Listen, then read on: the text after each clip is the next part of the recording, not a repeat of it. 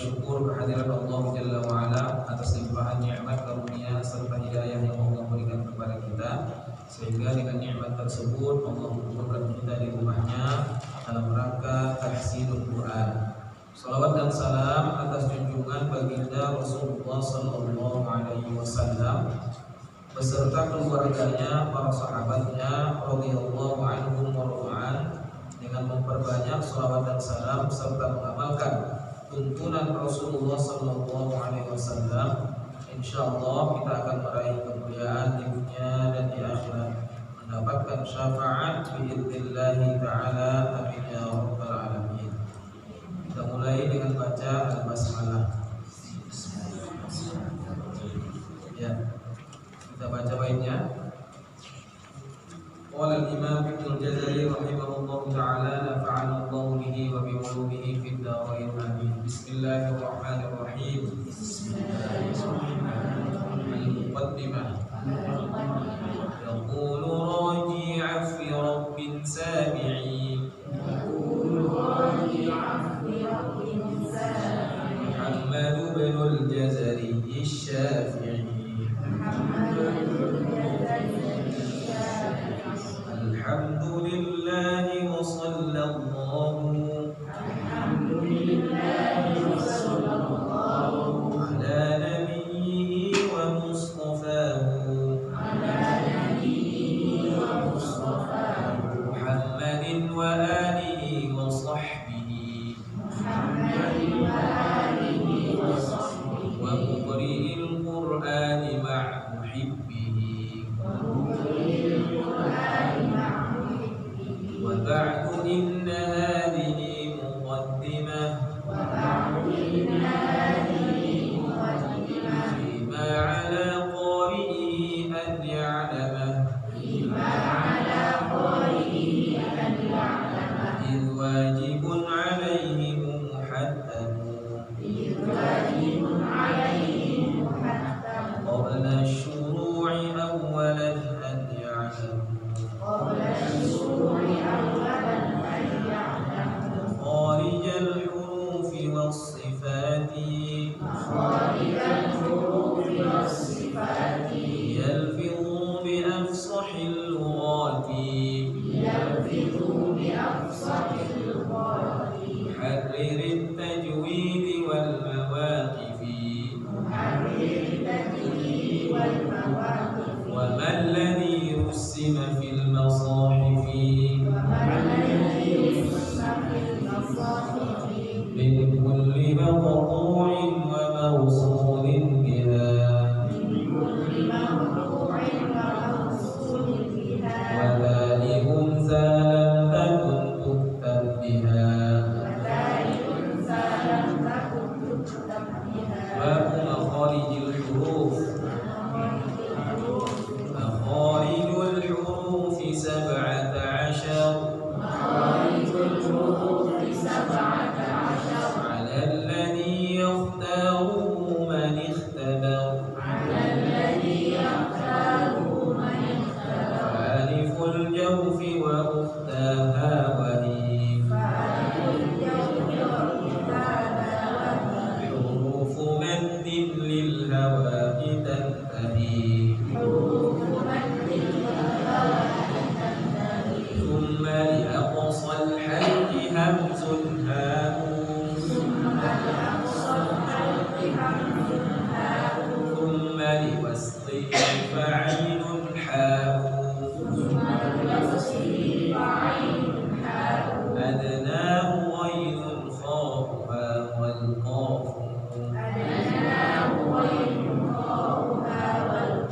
أقصى اللسان فوق ثم الكاف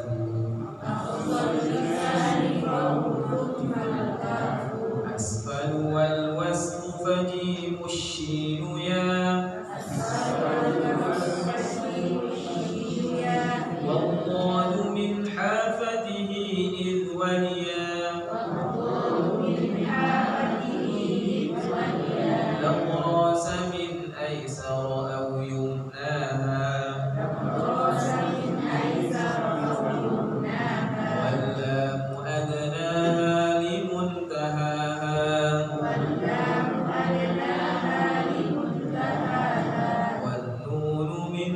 طرفه تحت جعلوا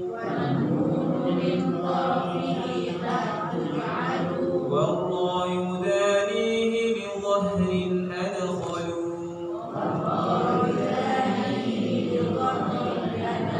والطاء والدال وتا من هو من عليا الثنايا والصفير مستكن منه ومن فوق الثنايا السفلى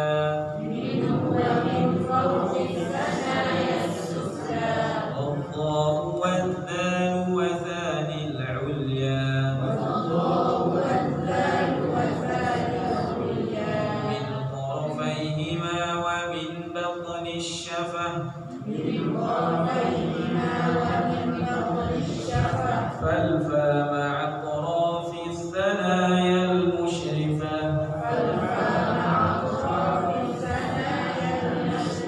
للشفتين الواو باء ميم وغنة مخرجها الخيشوم باب صفات الحروف صفاتها جهر ورخو مستفل منفتح مثبتة والضد قل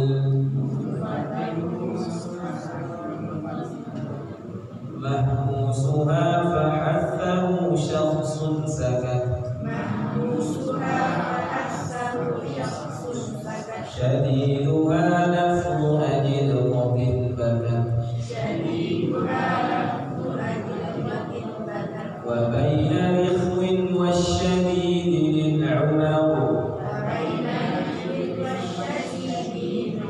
وسبع علو خص ضغط قض حصر وصاد ضاد ضاء ضاء مطبقة وفر من لب الحروف المذلقة صفيرها صاد وزاي سين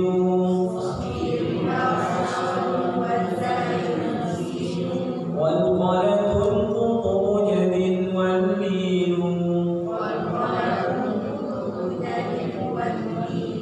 واو وياء سكنا وانفتحا قبلهما والانحراف صححا في اللام والراء بتكرير جعل ومن تفشي الشين ضاد استقل. Ya, situ kemarin sudah selesai kan? Sekarang kita masuk bab tajwid. Ya, sama-sama bab tajwid. Wal akhdhu bit tajwid hatmun lazim.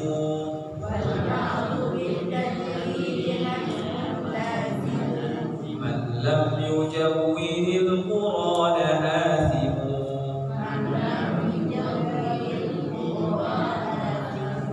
Ya, Qur'ana ya, bukan Qur'ana ya, Qur'ana. Jadi cara baca baiknya itu man lam yujawwidil Qur'ana athim.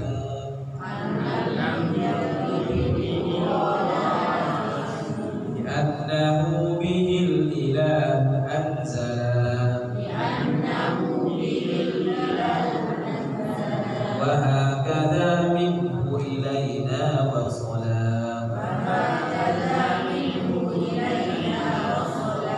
وهو أيضا حلية التلاوة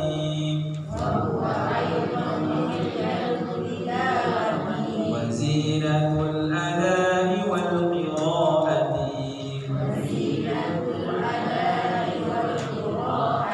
وهو إعطاء الحروف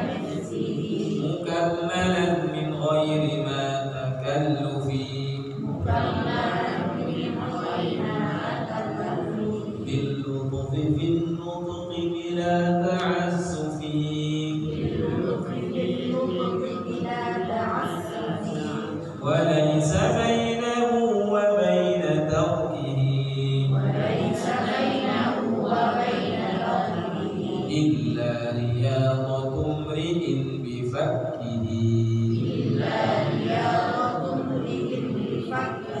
Baik ya, alhamdulillah kita sudah menyelesaikan bab makhraj dan sifat ya. Nah, terakhir kan munnah kan? Ummi inna dibawakan ayam. Selesai kan? Yang buku putih kan? Nah, sekarang buka buku birunya. Nah, itu belum sempat saya terjemahkan ya. Maksudnya disarah ya, seperti ini. Jadi saya bawa aja buku bahasa Arabnya. Karena belum sempat ya.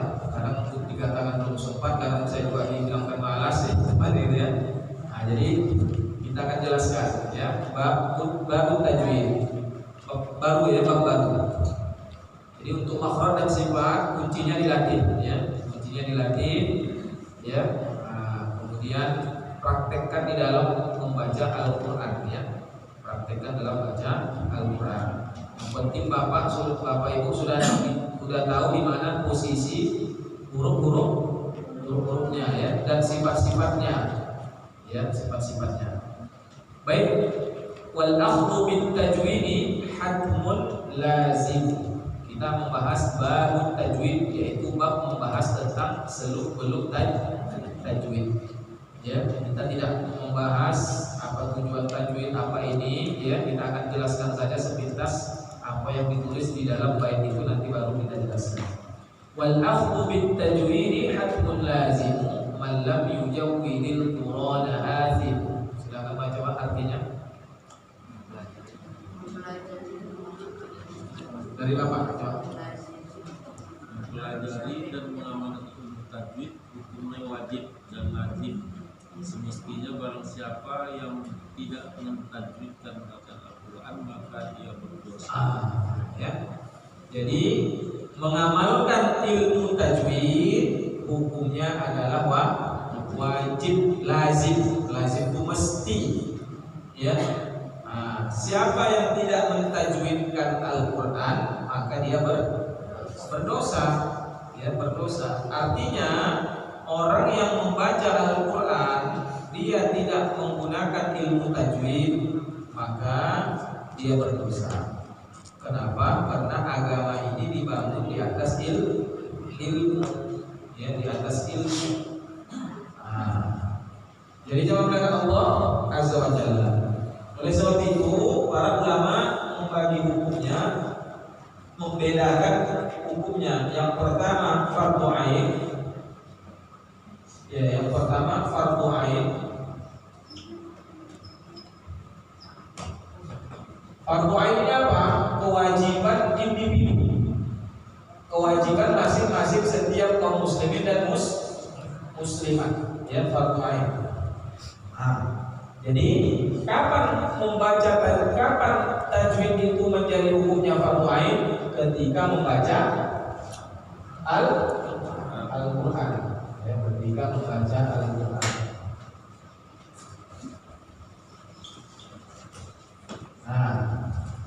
Yang kedua hukumnya fardhu kifayah. Fardhu kifayah.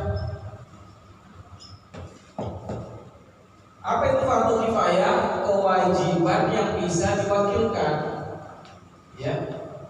Artinya kalau di kampung itu ada orang yang tahu seluk-beluk tajwid, hukum-hukumnya, ya, maka terlepaslah satu kampung itu dari dosa. Jadi apa yang dimaksud fardhu kifayah itu? Ya, ketika mempelajarinya.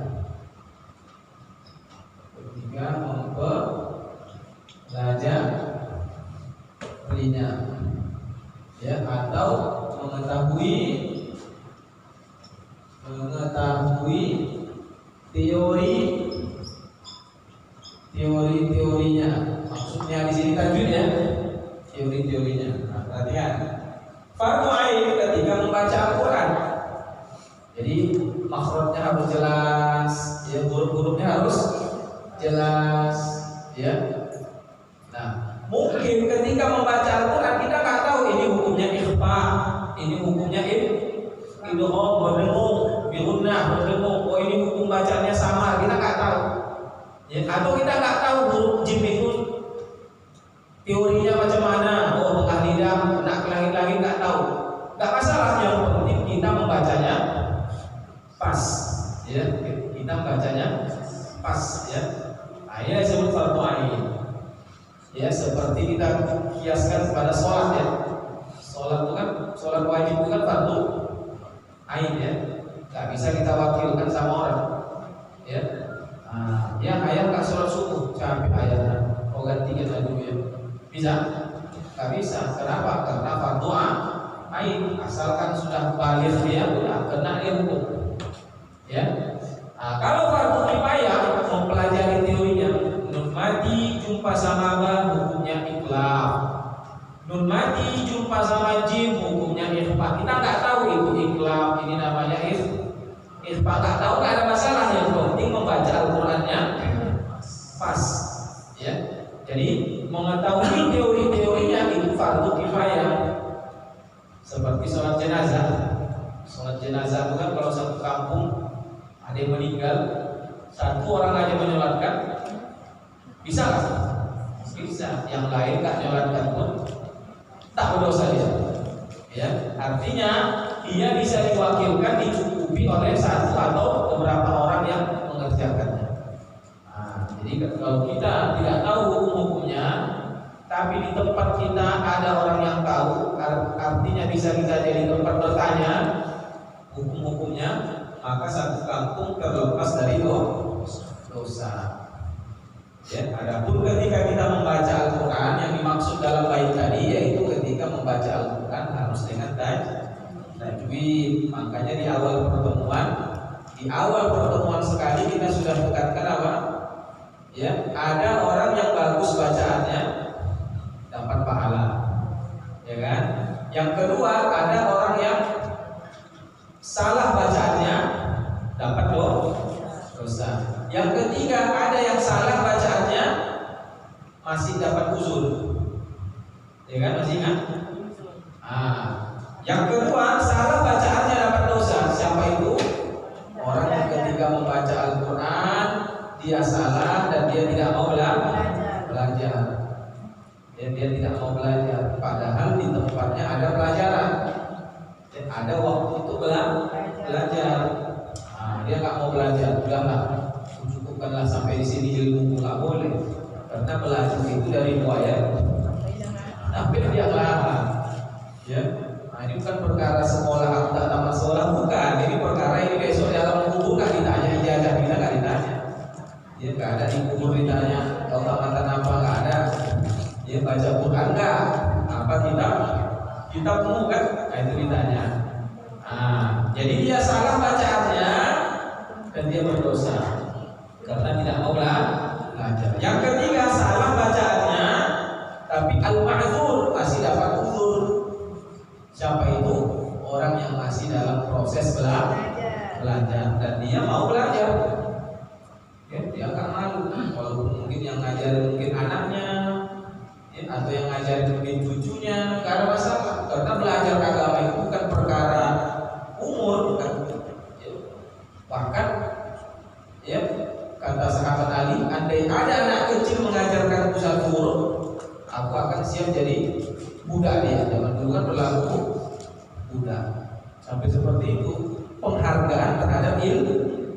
Jadi ilmu itu nggak dilihat dari apa usianya, ya. Selama dia memiliki keilmuan tersebut dan kita butuh ilmunya, maka kita harus mau merendahkan hati untuk belajar. Walaupun mungkin yang mengajarkan itu anak awak, ya, awak udah orang tuanya diingatkannya, maaf bacaan mama itu harus sama bapak mama baca dari habil salah. Oh ya nak, maulah belajar, ya, bukan malah boleh paut kalau tuanya kalau omahnya, jangan, ya, si paut lagi kalau belum lagi, jangan, ya. Jadi kita mau belajar. Yang kedua, yang ketiga dapat uzur. Tadi yang dia masih belajar, yang ketiga dapat uzur karena memang dari lahir sudah memiliki kekurangan. Contoh dari lahir nggak bisa menyebutkan R. Bismillahirrahmanirrahim. Capek belajar, diajarkan tidak bisa, segala cara sudah dilakukan, nah ini dapat uzur. ya, atau lidahnya celat, ya, atau terlahir dalam keadaan sengau, ya. Jadi ini orang yang mendapatkan uzur. Anak kita yang 3 ini yang mana? Inilah yang harus kita perhatikan, ya. Jadi yang oleh Allah Azza wa Jalla. Baik, kita lanjut. Wal akhdhu bit tajwid haqqun lazimu man lam yujawwidil Qur'ana azim. Li'annahu berikutnya li'annahu bihil ilahu anzala wa hakadha minhu ilaina wasala. Baca artinya. Ibu-ibu baca baik artinya dari li'annahu bihil ilahu anzala. Karena dengan tajwid Allah Ta'ala menurunkan Al-Quran dan demikianlah bacaan Al-Quran sampai kepada kita. Kenapa? Apa alasan kita harus baca Al-Quran dengan tajwid? Karena Al-Quran itu turun dengan tajwid. Berarti Ustaz di masa Rasul sudah ada pelajaran iqlab, ikhfa, bukan? Ya, tapi Allah turunkan tajwid itu melalui riwayat bunyi. Jadi malaikat membacakan Al-Quran kepada Nabi. Nah, bunyi atau bacaan malaikat itulah yang diikuti oleh Nabi. Ya, jadi Bismillahirrahmanirrahim. Itu yang didengar Nabi, itu yang dibaca Nabi. Riwayat namanya. Jadi Nabi meriwayatkan dari malaikat Jibril. Lalu Nabi mengajarkan kepada sahabat. Nabi membaca sesuai dengan apa yang dibaca tadi. Ya. Bismillahirrahmanirrahim. Maka sahabat mengikut apa yang dibaca Nabi. Mereka pun ikut. Dulu belum ada. Ini huruf hal, ada tengah tenggorokan, ini jim, letaknya nggak ada dulu. Kenapa? Karena apa yang dibaca Nabi itu yang diikuti sahabat. Dari sahabat diajarkan kepada Nabi. Dari bunyi-bunyi bacaan tadi lahirlah hukum tajwid. Oh, Nabi kalau membaca min waraihim, misalnya min waraihim, mati jumpa waw, di sini didengungkan min apa namanya? Min hunna. Nunnya nggak dibaca tapi langsung wawnya. Oh, idgham. Ya, idgham itu apa? Memasukkan huruf pertama ke huruf kedua. Oh, idgham. Jadilah idgham bihun. Nah, bukan Nabi, bukan malaikat Jibril mengajarkan ini idgham bihunnah, ya, bukan. Tapi bunyi bacaan-bacaan Nabi tadi, ya, dan diwariskan kepada sahabat-sahabat, kemudian sahabat diwariskan kepada tabi'in, hingga lahirlah ulama-ulama yang membuat hukum supaya kita tahu, oh ini bacanya dengung. Oh, dengungnya ke hidung, bukan di mulut, bukan miu, nggak ada yang masuk ke hidung, salah. Miu harus masuk ke hidung. Kenapa? Karena mereka mendengar dari gurunya seperti itu, dari Nabi seperti itu, sampailah kepada kita. Di annahu bihil ilahu anzala, karena Allah turunkan Al-Quran dengan tajwid. Maksudnya bunyi bacaan tadi Allah turunkan sesuai dengan kaidah tajwid yang hari ini dibuat oleh para ulama. Wa hakadha minhu ilaina wasala, begitulah sampai kepada kita bacaannya tadi. Nah, maka inilah yang disebut dengan apa? Sanad. Ya. Sanad. Apa itu sanad? Ya. Riwayat yang disandarkan, ya, kepada si pemiliknya. Kalau dia Al-Quran berarti kepada Rasul. Kalau sanad kitab fikih Syafi'i ditulis oleh Imam Nawawi misalnya, berarti sanadnya sampai ke Imam Nawawi. Nah, itu ya. Hadis Arba'in ditulis oleh Imam Nawawi, berarti sanadnya sampai ke Imam Nawawi. Ya, dari guru sampai kepada penulis.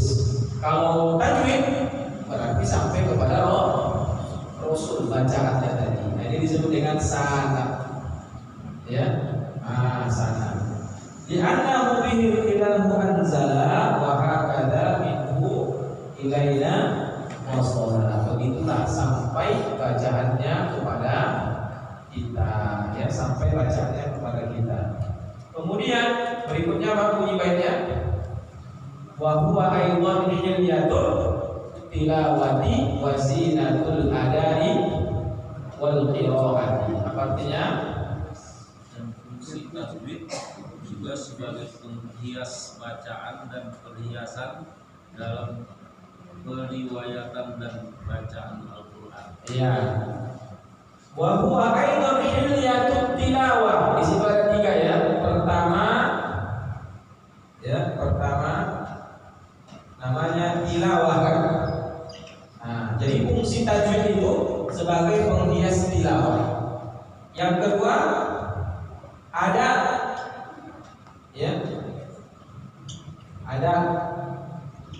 yang ketiga qiraah. Jadi tajwid tadi itu berfungsi di 3 ini. Ya, wa huwa aidan hilyatut tilawah, ya kan? Penghias tilawah. Apa itu tilawah? Khusus bacaan Al-Qur'an. Ya, khusus tilawah ini bacaan Al-Qur'an khusus ya. Al-Qur'an. Apakah dibaca dengan tadarus? Yang penting intinya yang dibaca adalah Al-Qur'an. Makanya selalu tilawah Al-Qur'an kan? FTQ musabaqah tilawatil Quran, karena yang dibaca di situ khusus Al-Qur'an. Nah, beda nanti dengan qiraah. Kalau qiraah ini sifatnya umum. Ya, qiraah ini bacaan yang bersifat umum. Nah, maksudnya apa? Bisa untuk Al-Qur'an, bisa juga untuk selain Al-Qur'an. Contoh, membaca kitab fikih. Ya, hari ini kita akan mengadakan bacaan kitab fikih, berarti qiraah, memakai bahasa qiraatul kutub. Hari ini kita akan membaca kitab apa dibaca? Kitab hadis. Nah, bahasanya pakai qiraah. Ya. Qiraah. Untuk Al-Qur'an bisa juga qiraatul Qur'an bisa, tapi untuk kitab-kitab yang lain juga bisa kita belajar matan Jazari qiraah. Ya, baca qiraah matan Al-Jazari karena kita sedang baca matan Al-Jazari. Kalau kita baca kitab kitab waris misalnya, tapi qiraah kitab waris. Kalau baca hadis qiraah kutubus sittah, baca kitab hadis yang 6. Kalau fikih qiraah, jadi pakai qiraah. Enggak ada kita hari ini akan tilawah kitab fikih, enggak pernah dipakai bahasa tilawah ya. Baik, kita akan belajar tilawah kitab hadis, enggak pernah pakai bahasa tilawah, tapi qiraah. Saya paham ya? Nah, jadi kalau tilawah dia khusus Al-Qur'an, kalau qiraah bisa Al-Qur'an, bisa juga untuk selain Al-Qur'an. Tapi kalau ada ini maksudnya adalah majelis riwayat ya, atau pengambilan sanad.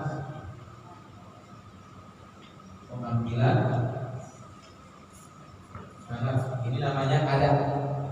Maksudnya gimana? Kita datang kepada guru yang punya sanad. Jadi syekh itu punya sanad Al-Qur'an 30 juz sampai kepada Rasulullah. Syekh, saya mau mengambil sanad mengambil sanad qiraah misalkan. Baca Al-Qur'an 30 juz yang bersambung kepada Rasulullah. Nanti syekhnya buat majelis. Nama majelisnya itu majelis apa? Ada. Ya, majelis ada. Majelis untuk pengambilan sanad. Jadi kita bacakanlah Quran tadi. Tergantung syekhnya. Kalau kata syekhnya hafalannya, maka harus kita hafal. Kalau kata syekhnya boleh baca Quran, ya, maka kita boleh baca Al-Quran. Nah, selesai kita sesudah kita selesaikan apa syarat yang telah dijelaskan oleh syekh tadi, itu majelisnya tadi disebut dengan ada. Maka berhak kita mendapatkan sanad, ya. tajwid itu berfungsi di tiga ini. Bayangkan kalau lawak tadarus, ya, tadarus. Masing-masing gak paham tajwid, kira-kira gimana? Indah nggak tadarus tadi? Atau kalau kita dengar orang tadarus, tapi bacaannya bersalah, kira-kira kita mendengarkannya tadi indah nggak kira-kira? Baca Qurannya tadi, kita pakai mik pula kan? Bismillahirrahmanirrahim. Kira awak yang di rumah tadi dengar? Atau siapa yang maksud diri kan?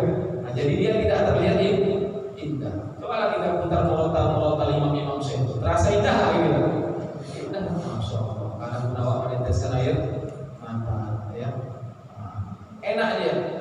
Kok bisa enak? Bukan perkara lagunya, tapi perkara tajwidnya. Jadi akan terlihat indah dengan apa? Dengan tajwid. Ya. Jadi keindahan Al-Quran itu bukan hanya faktor suara. Jadi jangan minder, aku sudah nggak pandai aku melakukan apa itu bukan faktor lagu. Faktor sejauh mana dia bisa memahami tajwid. Ya.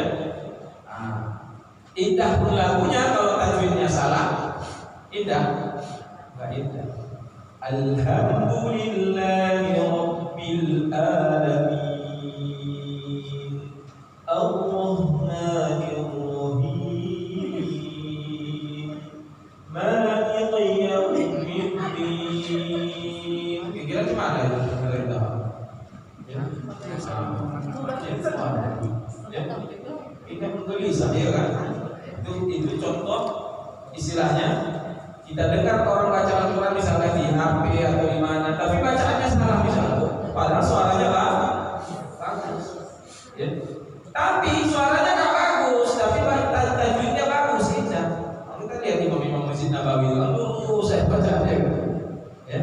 Alhamdulillahirabbil alamin, Ar-Rahmanir-Rahim, Maliki Yawmiddin, Iyyaka na'budu wa iyyaka nasta'in. Terus saja.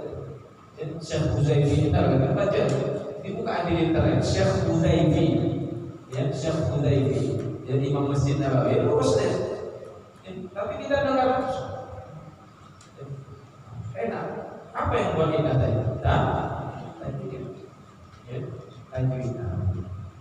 Nah, tapi kalau bisa dia padukan akibat bagus, suaranya bagus, dan juga dia memahami tajwid. Kalau dia memahami tajwid, maka lagu tadi akan tunduk kepada tajwid. Paham ya? Bukan tajwid yang tunduk sama ya. Nah, kalau belum pas masuk lagunya, akhirnya dipanjangkan dibacaan tadi. Kalau pas sebelum duduk lagu tadi, akhirnya tajwid tadi jadi korban. Ghairil maghdubi 'alaihim waladdallin.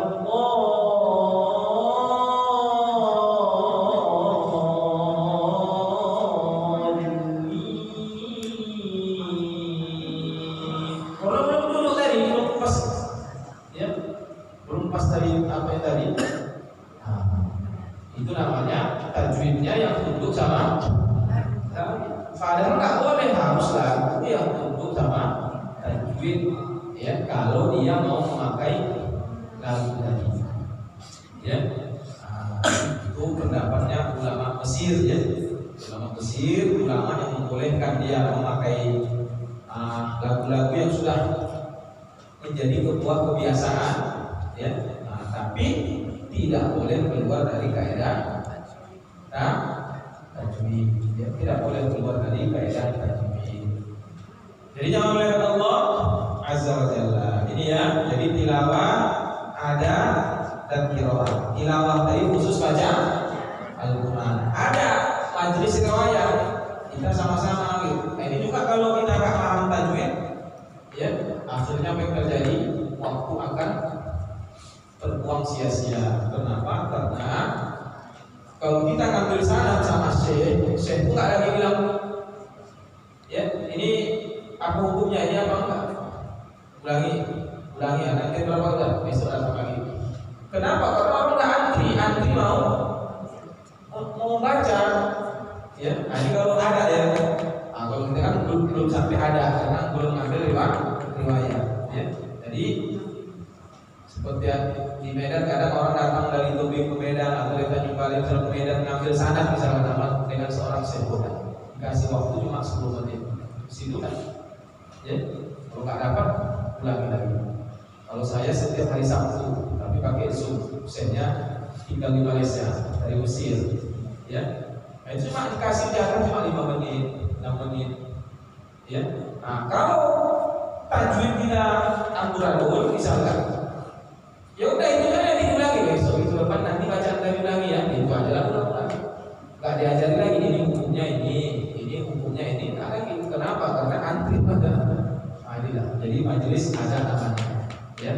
Sebab itu kondisi seperti ini, inilah yang kita harapkan. Jadi bisa saling, oh ini salah, oh ini kurang ini ya. Kalau udah di majelis ada nggak bisa. Ya, nah ini kalau kita mau ngambil sanad ya, kalau mau ngambil sanad tadi. Yang ketiga qiraah ini sifatnya umum. Baik kita hapus yang tadinya. Ya, sekarang rukun qiraah. Jadi qiraah Quran ini ada rukunnya. Seperti sholat ada rukunnya. Kapan qiraah bacaan Al-Quran itu baru sempurna? Ketika memenuhi tiga rukun itu, ya, 3 rukun baru dikatakan qiraah. Sebagaimana kata Imam Ibnu Jazari dalam kitab Thayyibatul Nashr, fa kullu ma wafaqa wajha nahwi wa kana lirrasmi ihtimalan yahwi wa sahha isnadan wal Qur'an fa hadhihi thalathatul arkan. Jadi ada 3 rukun bacaan Al-Quran. Nah, ada 3 rukun bacaan Al-Quran. Yang pertama, kapan Al-Quran itu baru dikatakan Al-Quran? Ya, sempurna bacaannya ketika sesuai dengan kaidah bahasa Arab. Kaidah bahasa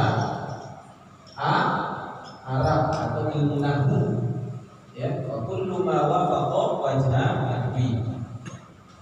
Maksudnya gimana? Al-Quran itu sudah sesuai dengan kaidah bahasa Arab, karena kaidah bahasa Arab itu diambil dari Al-Quran. Contoh, ya, bismi misalnya, bismillahi, ya. Nah, ini sudah sesuai dengan kaidah bahasa Arab. Kenapa ini bismi bukan bismu? Kenapa? Karena ada huruf ba. Kalau dalam bahasa Arab namanya huruf khopak atau huruf jar. Kalau ada huruf jar, maka kalimat sesudahnya harus garis bawah. Nah, ini bismi. Jadi kalau ada orang baca bismillah, udah itu bukan Quran itu. Ya. Kenapa? Karena sudah keluar dari kaidah. Atau dia bilang begini dapatku dari guruku, nah itu sudah jelas menyimpang. Ya. Nah, atau kalau ada guru mengajarkan ini pun bacanya bismillah, nah itu sudah menyimpang oleh itu. Ya. Kenapa? Karena sudah keluar dari kaidah bahasa Arab. Kaidah bahasa Arab kalau ada huruf jar, huruf ba, ya, maka dia lapas sesudahnya harus berbaris bawah, ya. Bismillahi, kenapa nggak bismillah? Kenapa millahi? Karena ini dalam kaidah bahasa Arab namanya mudhof ilaih. Nah, ini kalau nanti balik dari bahasa Arab kalau diulang lagi ya kan, itulah kira-kira gambarannya, ya, mudhof ilaih. Kenapa? Karena ada yang disandarkan, ada yang menjadi tempat sandaran. Contoh, buku bahasa Arabnya apa? Kitabun, ya kan? Guru bahasa Arabnya ustazun, ya kan? Kitabun, ustazun. Nah, ustaz. Lalu kita mau buat ini dalam bahasa Arab, buku ustaz. Kemana bacanya? Kitabun mustajab. Nah, kalau dalam bahasa Arab, ya, yang pertama hilangkan ini domahnya kitabu tambah alif lam. Unnya kalimat keduanya harus berbaris bawah. Kitabul ustazi. Nah, buku ustaz. Paham ya? Jadi kalimat keduanya harus berbaris bawah. Pintu, bahasa Arabnya apa pintu? Babun. Rumah baitul. Ya, biar kita lihat Al-Quran itu luar biasa. Babun baitul. Kita mau buat pintu rumah. Ingat tadi Musa tadi. Ini hilang kata. Jadi babu tambah babul baitul. Baiti. Babul baiti. Ya. Babul baiti. Pintu rumah. Makanya bismillah dengan nama Allah. Asal katanya ismun Allah. Ya. Digabung jadi ismullah bismillahi. Jadi kalau ada yang baca bismillah, udah jelas itu bukan Quran ya. Ya, itu bukan Quran. Kenapa? Karena keluar dari kaidah bahasa. Paham ya? Itu maksudnya rukun yang pertama. Ya, karena nanti di akhir zaman aneh-aneh orang nanti. Ya. Udah ganti nama makola. Ya. Orang bahasa Arab juga. Jadi sesuai dengan kaidah bahasa Arab. Yang kedua, wa kana lirrasmi ihtimalan yahwi, sesuai dengan rosaf atau mushaf usmani. Ya.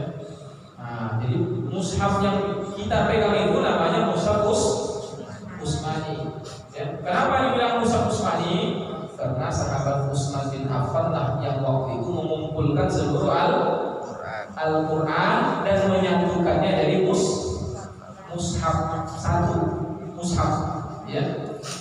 Dulu kan mushaf banyak, sahabat nulis ini jadi dikumpulkan semuanya. Dari mulai sahabat Abu Bakar dikumpulkan, tapi bacaannya disatukan oleh sahabat Utsman bin Affan. Ya, maka harus sesuai dengan mushaf Utsmani.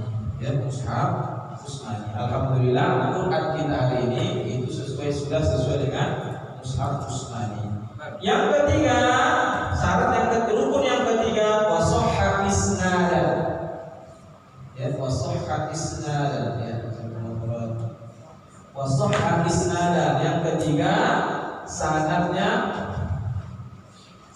bacaannya benar. Apa yang dimaksud dengan benar?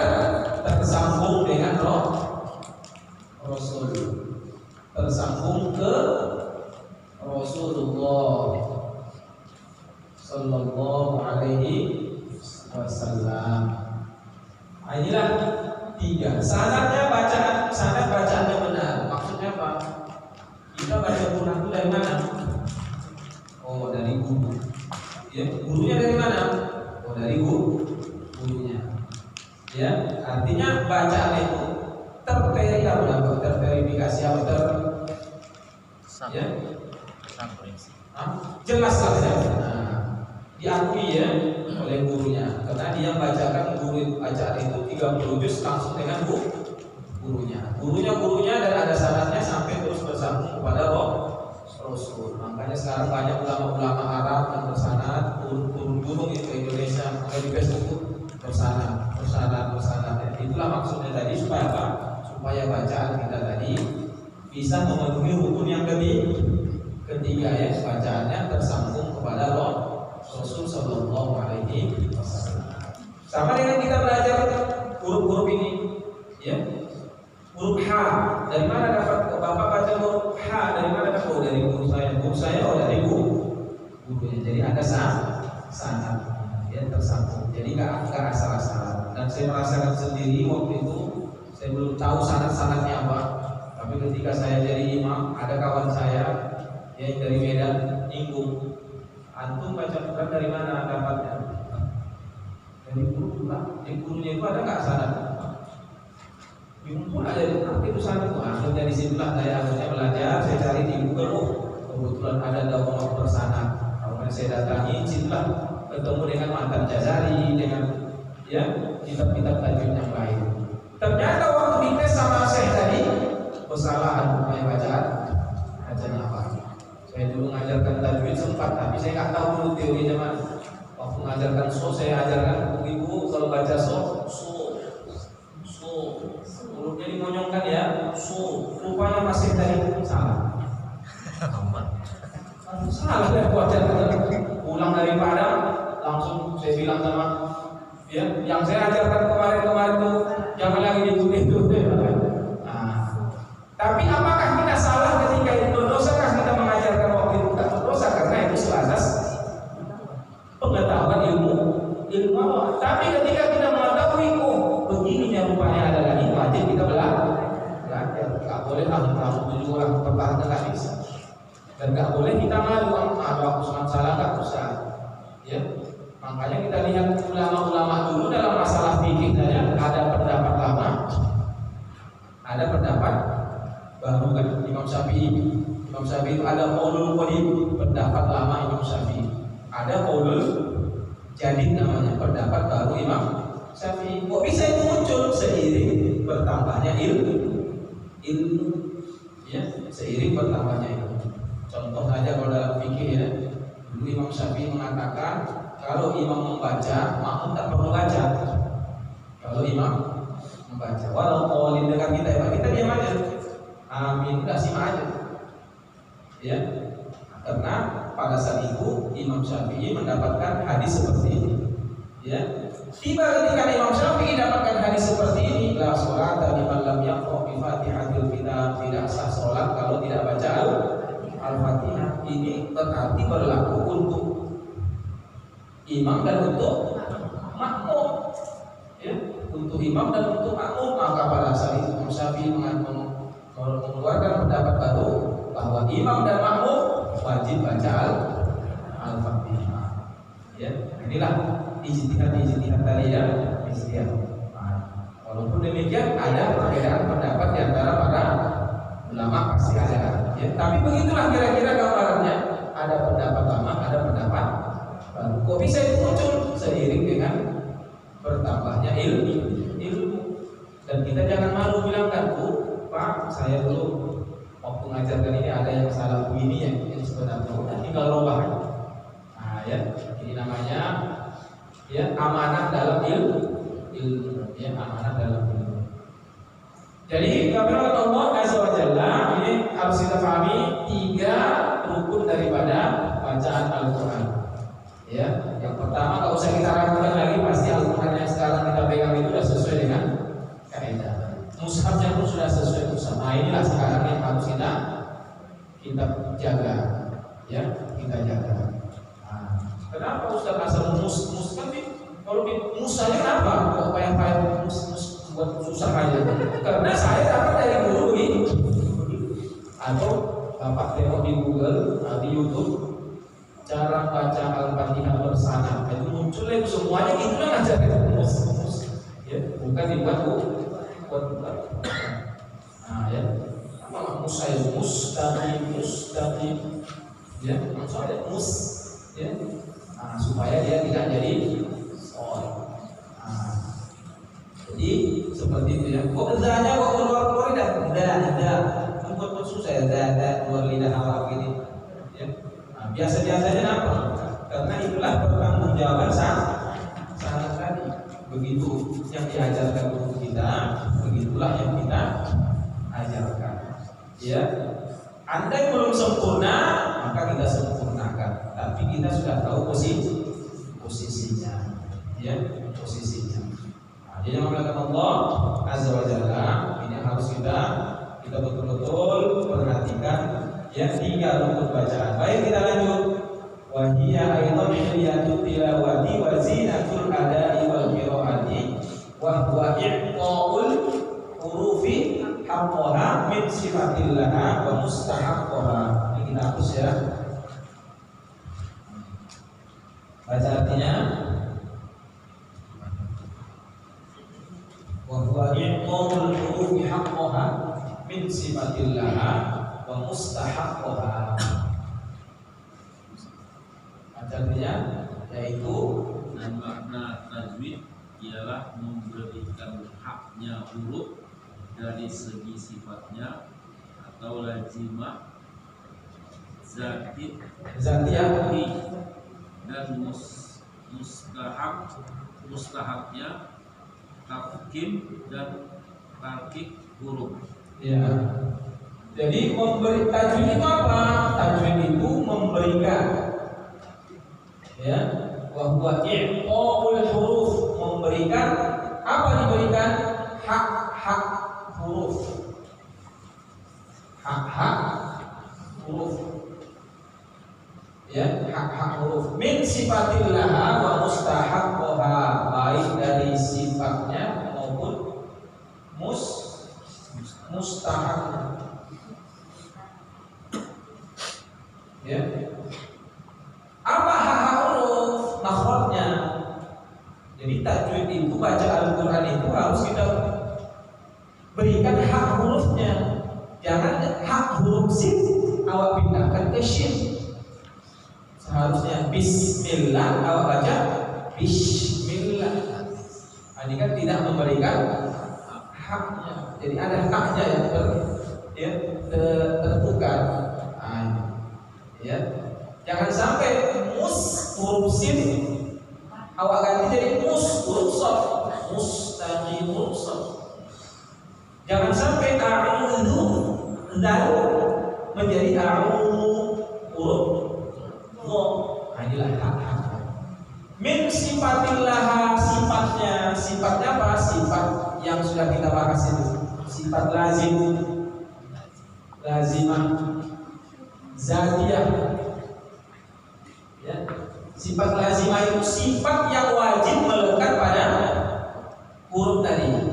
Ada hamz, jahar, rokhwa, syiddah. Nah, yang di buku putih kan ada, atau di bab latihan itu, misalkan ada di kotak latihan huruf hamzah, sifat-sifatnya ada kan? Nah, itulah sifat lazimah tadi yang harus ada pada huruf. Contoh huruf to di sifatnya, sifat pertamanya apa? Tidak mengalir nafas. Ya, bahasa apanya apa? Jahar misalkan, tidak mengalir nafas. Nah, maka kita jaga sifatnya, jangan sampai ihdinas siratal, karena di situ sifatnya tidak mengalir nafas, berarti toi tu, bukan tui tu. Nah, kalau udah berarti sifatnya tidak kita berikan. Sifat yang harus ada pada huruf tadi hilang. Nah, itu maksudnya ya, tajwid tadi menjaga itulah fungsi tajwid dan mengawal itu. Kemudian mustahak itu apa? Sifat yang kadang ada tergantung kondisi. Jadi nggak lazim ya. Mustahak ini sifat tergantung kondisi. Sifat tergantung kondisi, ya. Nah, contoh nun mati jumpa dengan waw, itu nah itu mustahaknya itu. Ya, sehingga huruf nun tadi kan dibaca langsung dimasukkan ke huruf waw. Seharusnya kan min waw, tapi karena nunnya mati, wawnya berbaris, maka harus dilebur miu waw miu. Nah, itu mustahak. Ya, mustahak itu tergantung kondisi. Ikhfa, kalau ikhfanya tebal, maka kesamaran nunnya pun jadi tebal. Kalau tipis, maka jadi tipis. Anta jadi tipis, anta jadi tipis. Itulah mustahak yang harus kita kasih, hak mustahak tadi. Kalau dia tebal, maka nunnya pun jadi tebal, ikhfanya. Mansurun, kalau tak anta. Kalau kaf minka, kalau qaf min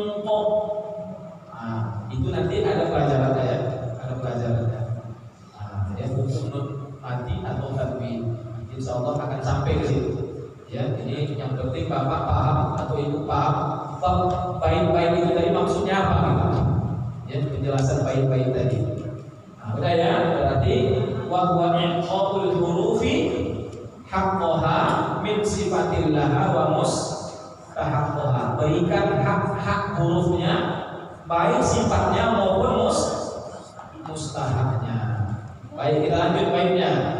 Wa raddu kulli wahidin li aslihi wal lafdhu fi nadhirihi kamithlihi. Ibu-ibu baca artinya.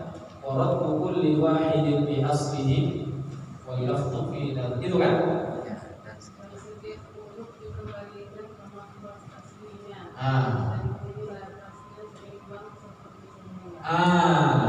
Ya. Wa raddu kulli wahidin li aslihi. Memahaminya gimana itu? Mengembalikan setiap huruf ke asal.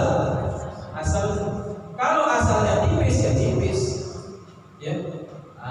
Qul ya ayyuhal kafirun. Ya itu asalnya gimana? Atau sin, asal sin gimana? Hilangkan aja jadi itulah asal. Maka kalau dia mati, ya kan asal ya mus, ya kan? Kalau mus pasti nggak balik ke asalnya. Bisa pahami ya? Nah, lam itu mana lam? L, hilangkan aja jadi bukan. Ya kan? Makanya sirotol, kan? Bukan ol. Makanya ada lam tebal, ada lam tipis. Allah, tebal kan? Jadi jangan ol, berarti lamnya tebal. Lillah, lamnya tipis. Lillahi, ya, lillahi sama-sama. Lillahi. Nah, ini lam tebal atau tipis? Tipis karena kita bacanya lil, kan? Lillahi. Bukan lillahi, ya kan? Nah, tapi kalau ini lamnya gimana? Cara bacanya gimana? Allah. Kan lam lidah mulut rahang kita kan jadi normal. Allah. Bukan Allah. Seharusnya kan kalau tipis Allah kan Allah ini. Bukan Allah, bukan, tapi Allah. Maka kembalikanlah dia ke asalnya. Ya, kembalikan dia ke asalnya. Kalau dia mati, kembalikan dia ke asalnya. Wal lafdhu fi nadhirihi kamithlihi, harus lafaznya itu seimbang. Kalau di sini dua harokat, di tengahnya pun dua harokat, di akhirnya dua harokat, di akhirnya ya lihat kalau dia memang dua harokat kasih dua harokat harus seimbang. Contoh iyyaka na'budu wa iyyaka harus seimbang. Iya dua harokat, na'budu wa iya pertama sama iya kedua harus seimbang. Jangan pula iyyaka na'budu wa iyyaka nasta'in. Mana yang tak seimbang itu? Yang pertama atau yang kedua? Harus seimbang. Kalau dia nggak panjang harus dipendekkan, ya harus dipendekkan. Khalaqa, ya kan? Kan pendek. Khalaqa harus seimbang. Khalaqa,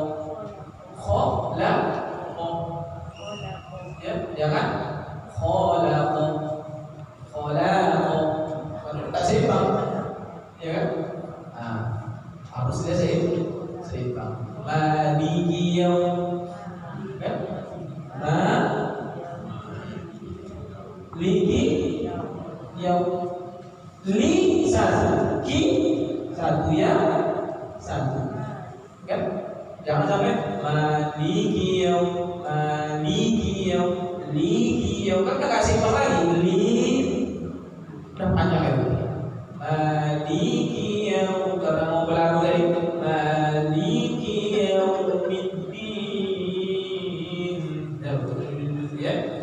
sudah tidak maliki yaum. Itulah maksudnya tadi, lafaznya harus seimbang. Kalau dengungnya harus seimbang. Dengung apa? Apa? In kuntum mu'minin, harus seimbang. Nah, jangan in kuntum udah nggak seimbang lagi. Jadi harus seimbang. Inna bahwa harus seimbang. Itu maksudnya ya, kait tadi bahwa tukul liwahidin bi aslihi, kembalikan huruf itu ke asalnya, walafzu fi nadhirihi ka mithlihi, dan lafaz-lafaznya pun harus seimbang, semisal ya, seimbang. Baik, berikutnya mana? Mukammalan min ghairi ma takallufi bil lutfi fil nutqi bila ta'assufi. Baca artinya Bapak-bapak, kesempurnaan bacaan Al-Quran akan terwujud jika dibaca tidak berlebihan, tapi dibaca dengan kelembutan tanpa serampangan. Jadi kalau kita sudah memahami tajwid, maka baca Al-Quran pun akan lembut. Ya. Memang awalnya agak berlebihan lawan. Ya namanya baru-baru. Tapi nanti kalau lama-lama Bapak terus lagi ya baca Al-Quran itu, kalau kata Syekh itu ibarat air mengalir. Ya. Lembut, enggak ada tekanan-tekanan.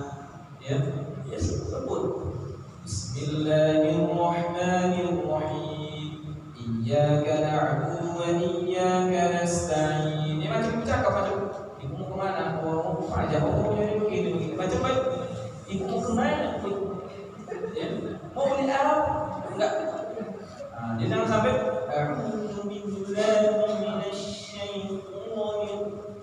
sampai leher, ya kan? Ya. Jadi nanti kalau betul-betul nanti kita latih itu, insya Allah ya, baca Quran itu ya, enak aja, nggak capek kita. Ya. Setengah jam 1 juz sudah paham. Ya, ketika kita betul-betul ya. Ya. Alhamdulillahi rabbil alamin ar-rahmanir rahim. Tekan-tekan ya. Biasanya alhamdulillahi rabbil alamin ar-rahmanir rahim maliki yaumiddin. Ngalir aja. Ya, ngalir. Kapan itu baru kita dapatkan? Kembali ke pertama tadi, ketika kita menguasai tajwid, ya, menguasai tajwid, ya, bil lutfi fil nutqi, dengan lembut dalam pengucapan, bila ta'assubi, dengan tidak berlebih-lebihan. Terakhir, wa laisa bainahu wa baina tarkihi illa riyadatu mri'in bi fakkihi. Artinya ya ibu tadi bapak. Dan tidak ada yang membedakan antara orang yang mengamalkan tajwid dengan yang tidak mengamalkan, melainkan dia senantiasa melatih rahang seimbang.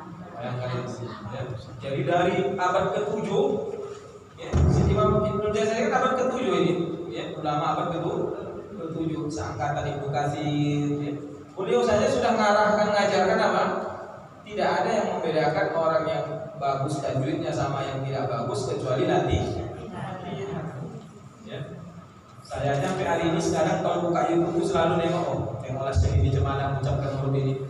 Ya. Nah, padahal nggak jumpa masih itu, tapi kita mau tahu apanya gitu, gimana cara ini dia. Nah, ya.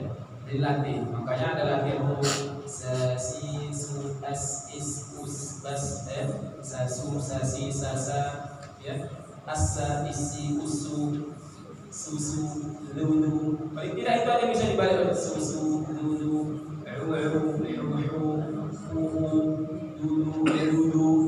lulu. Nanti kita latih, nanti bisa kita rasakan lembut ini, ya, lembut. Hari ini ada yang belum bisa ain, latih, insyaallah dapat. Kenapa? Karena Allah sudah jamin. Ya, walaqad yassarnal Qur'ana lidzikr. Kamilah yang memudahkan Al-Quran. Makanya Ar-Rahman 'allamal Quran. Ya, Allah yang Maha Pengasih. Siapa itu Allah? Allah sifati dirinya yang mengajarkan Al-Quran. Jadi bukan kemampuan kita. Enggak, Allah nih jangan begitu deh. Ya, enggak dapat kasih ke hidung aja dah. Oh, udah tiba-tiba bangun tidur satu.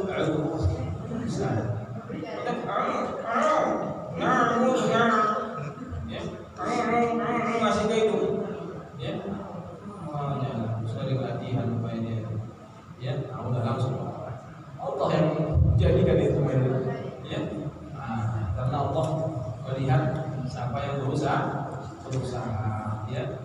Berusaha. Jadi selalu guru-guru kita memotivasi. Bayangkan aja satu huruf itu, ya, seandainya satu huruf 1 juta, ya kan? Kalau misalnya lebih banyak satu huruf 1 juta, ya, satu kebaikan kan, pahalanya sampai dilipat gandakan jadi 10, berarti 10 juta. Satu huruf langsung cash, besok subuh langsung setoran, dapat huruf lain langsung kasih 10. Kira-kira gimana pelatihnya?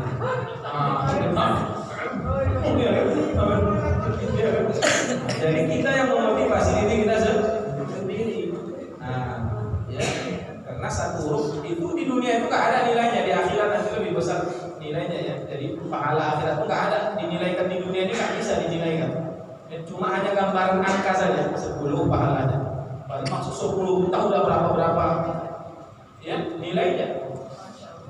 Karena kata Nabi, andai ada orang yang berinfak sebutir kurma, itu Allah lipat gandakan hingga sebesar gunung, satu butir kurma. Ya, bahkan dalam Al-Quran sampai 700 kali lipat kan kalau orang sedekah itu. Ya, saking kan sudah nggak bisa digambarkan pahalanya itu, hanya sebatas angka saja 10. Ya, sholat berjamaah 27, angka-angka saja. Ya, padahal lebih dari situ ya. Makanya wal akhiratu khairul laka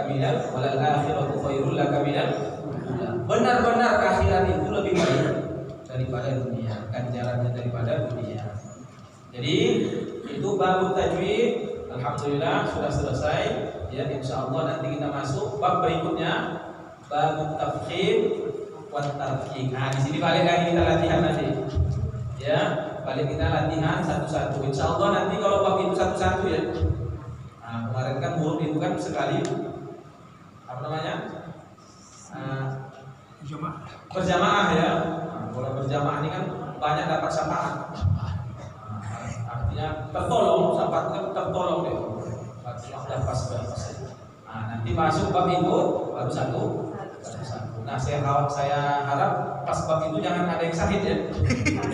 Sakit itu artinya nggak nampak lagi, ya nggak nampak lagi. Maka tempat minta satu lima orang nggak usah, ya. Nah, karena itu nanti bab sakit itu saya nggak datang lagi, nggak nampak. Ya, itu istilah saya gitu. Ya, karena waktu itu kami belajar huruf dari 80 orang tinggallah berapa orang terakhir sisanya ya. Nah itu karena lalu pulang ya. Nah, syukur saja rumah kami jauh Tanjung Balai, acaranya di Banda Aceh. Yang cepat yang dekat situ apa nggak pulang dia kan? Awal mau pulang udah berapa ya? Ke sini. Nah, jadi jangan sampai nanti bab tebal tipis. Ya, tebal tipis. Jadi nanti gabungan huruf tadi antara tebal dengan tipis. Allahu wal yatalaqqaf wa 'ala Allahi. Itu nanti akan dilihat cara membaca. Wa 'ala Allah wa 'ala. Kan contoh-contoh semua itu. Ayat itu. Ya, babun as-sabru. Nah, itu nanti di bab itu nanti. Ya, jadi saya harap nanti ada mix satu lagi. Mau siapkan nanti ya, mix satu lagi. Sehingga dengar ya. Nah, jadi saya satu mix, nanti Bapak ada mix ya, supaya kita nanti melihat tebal tipisnya. Insya Allah kalau Bapak lepas bab itu, Insya Allah nanti baca Quran dah enak ya. Nah, karena itu langsung praktek tebal tipis. Makanya disebut bab tafkhim wa tarqiq, bab tebal dan bab tipis. Ya, mudah-mudahan bermanfaat. Ya. Sebelum kita tutup, kita baca Al-Fatihah dulu. Nanti ada pertanyaan ya. A'udzu billahi minasy syaithanir rajim. 1 2 3. A'udzu billahi minasy syaithanir rajim. Bismillahirrahmanirrahim. Bismillahirrahmanirrahim. Alhamdulillahi rabbil alamin. Alhamdulillahi rabbil alamin. Ar-Rahmanir Rahim. Ar-Rahmanir Rahim. Maliki yaumiddin. Maliki yaumiddin. Iyyaka na'budu wa iyyaka nasta'in. Iyyaka na'budu wa iyyaka nasta'in. Ihdinas siratal mustaqim. Ihdinas siratal mustaqim. Siratal ladzina an'amta 'alaihim. Siratal ladzina an'amta 'alaihim. Ghairil maghdubi 'alaihim waladdallin. Ghairil maghdubi 'alaihim waladdallin. Berarti minggu depan giliran ibu-ibu ya. Fatihah kan? Nah, perbaiki walaupun udah setoran enggak apa-apa tuh. Memperhalus ya. Nah, mana kemarin yang masih kasar-kasar diperhalus. Assalamualaikum Ustaz. Waalaikumsalam. Izin bertanya, adakah hubungan qiraah membaca lagu? Hubungannya qiraah membaca lagu seperti bayati dan lainnya dengan ilmu tajwid? Enggak ada hubungannya ya. Jadi kalau lagu itu ada bidangnya sendiri, tajwid bidangnya sendiri, ya bidangnya sendiri. Karena lagu itu ya lagu tadi, ya lagu bayati, lagu apa, ya itu juga dipakai di ibarat kalau kita tangga nada ya, tangga nada. Cuma ketika membaca Al-Quran, lagu tadi harus tunduk dengan tajwid ya.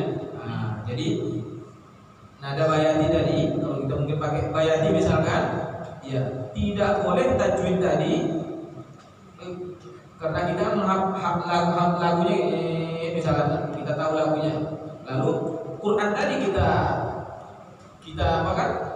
Kita tundukkan kepada lagu. Ini yang keliru ya, tapi lagu tadi ya yang harus tunduk kepada tajwid ya, kepada tajwid.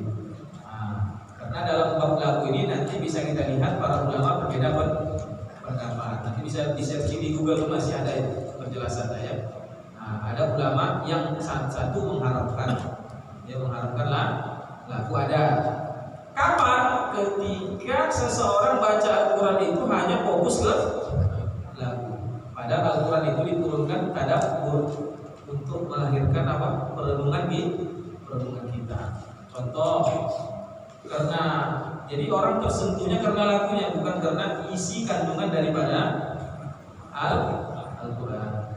Contoh nanti dalam Al-Quran, masuklah kamu ke dalam neraka misalkan ya, ya karena tadi enak lagunya dari toib Allah,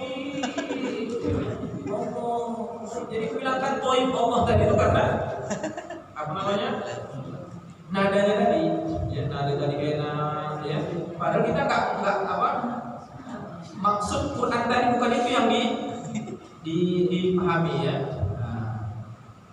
Bukan itu yang dipahami. Jadi tersentuhnya itu ya karena suaranya. Yang pertama. Yang kedua, ada ulama yang membolehkan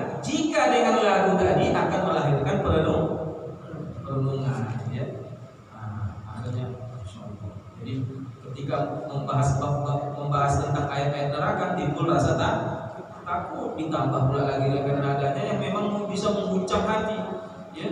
Tiba menjelaskan tentang dosa-dosa nangis sama pas pula, ya, nada yang dia apa itu, ya, sesuai apa dengan perenungan tadi.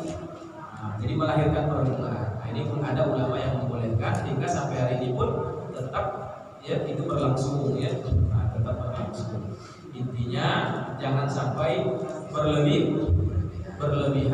ya, sampai berlebihan sampai kita lagi tidak ada lagi perenungan terhadap Al-Quran, karena Al-Quran itu diturunkan untuk memberikan petunjuk. Ketika kita baca ayat wala taqrabuz zina, atau ya jangan dekati zina dengan suara yang merdu, habis nanti baca apa balik cewek apa dia kalau sujud apa tadi baru baca tadi Al-Quran tadi jangan dekati zina, tapi yang dituju bukan maknanya tadi lagunya, jadi nggak melahirkan perenungan, ya. Jadi ada ulama yang melarang jika seperti itu tadi kondisinya, ya, ada yang membolehkan jika, ya, melahirkan perenungan, ya, bisa membuat awak tersentuh, dia sadar akhirnya mendengar sholat jadi rajin, jadi mau sholat mendengarkannya, ya. Nah, itulah yang diharapkan. Wallahu a'lam, ya. Yang kedua, posisi runnah itu di mana? Posisi runnah itu di khayshu, batang hidung. Runnah itu apa? Dengung. Wa khunnatun makhrajuhal khayshu. Kan itu, ya, dalam tajwid itu bait yang kita bahas. Runnah itu tempat keluarnya di batang hidung. Inna, itulah runnah. Inna. Tapi pas dengungnya saja di hidung, ya, ketika harokatnya harus kembali ke makhraj al-jawfu. Contoh inna misalkan. Nah, pas nanya itu nggak boleh lagi ke hidung, hanya in habis. Kenapa kok habis? Karena keluarnya dari batang hidung. Pas nanya harus itu bukan nah jangan lagi inna nah itu udah harokatnya sudah masuk ke hidung. Contoh nun mati jumpa waw, ada dengung, ya, miu. Nah, pas membaca nunnya itu masukkan ke hidung, miu. Pas wanya baru wa baru balik lagi ke mulut, wa. Jangan miu. Nah, jangan miu. Dan miu. Ya, 1, 2, 3. Dan jangan sampai nggak masuk ke hidung, nanti jadi waw tasdid. Miwa, kan awwa, iwi, ubu, miwa. Itu lah wawnya udah bertasdid, udah nggak berdengung lagi. Makanya miu. Nah, baru wa masuk ke mulut. Jadi intinya gunnah itu berada di batang hidung. Song, ya, baris song lah bahasa gitu, ya. Nah, yang ketiga makhraj huruf kaf apabila berbaris mati, berbaris antinpun bagaimana bunyinya dan posisinya di mana? Maksudnya gimana? Apabila baris mati jumpa dengan antinpun mungkin, ya, itu maksudnya. Ini makhraj kaf apabila berbaris mati, buka kurung baris mati, kemudian koma berbaris tanwin atas inpun bagaimana bunyinya dan posisinya di mana. Nah, mungkin maksudnya ini kalau dia bertemu dengan nun mati atau tanwin bagaimana posisinya, maka dia langsung jadi eng, ya. Minkum, coba minkum, minka, anka. Nah, ya, jadi langsung dia menjadi eng. Kalau tanwin apa contohnya? Kalau dia sebelumnya tanwin baru huruf kaf. Apa contohnya? Afuwum karim. 1, 2, 3. Afuwum karim. Wum eng jadi huruf eng, ya. Atau itu maksudnya, ya. Wallahu a'lam. apabila berbaris mati. Kalau berbaris mati nanti ak, ik, uk, ya. Nah, ak, ik, uk, ya. Ada hamzah ya, ada mengalir nafas, ya. Nah kalau dia berbaris tidak boleh jelas nafasnya, nggak boleh ka, ki, hu, nggak boleh biasa aja kaki, kakak, kuku, kaki, kakak biasa saja. Ya, dan posisinya di mana? Itu tadi ya, wallahu alam, mungkin itu maksudnya. Nanti kalau kurang jelas tanyakan lagi. Terima kasih Ustaz atas jawabannya Pak. Iya. Ada lagi mau nanya? Ustaz, kan kita ini kan sudah kalau jodoh komunikasi tujuan ahad kan ahade gitu kan? Ahade. Iya kan, jadi kalau misalnya kan kita kan sudah jadi harus kita lakukan juga komunikasi itu ahade gitu kan? Iya.